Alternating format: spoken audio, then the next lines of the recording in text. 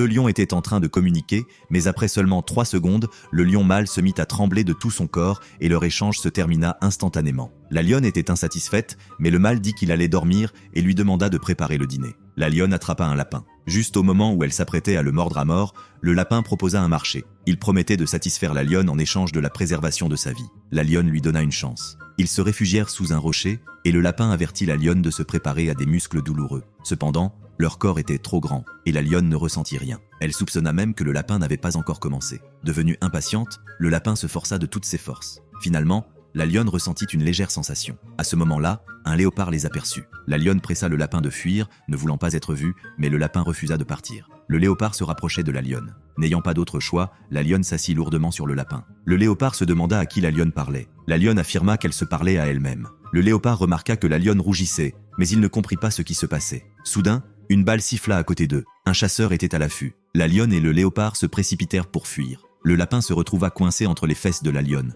Et pourtant, celle-ci trouva la sensation étrangement agréable. Lorsqu'ils atteignirent un endroit sûr, l'arrière de la lionne était humide, et le corps du lapin était également trempé. À ce moment-là, le lion mâle s'approcha. Curieuse de savoir comment le lapin avait fini coincé derrière elle, la lionne expliqua qu'il s'accrochait à elle. Elle ramassa le lapin et dit au lion mâle qu'elle allait préparer le dîner, mais à la place, elle relâcha le lapin en disant qu'ils devraient faire de l'exercice ensemble plus souvent.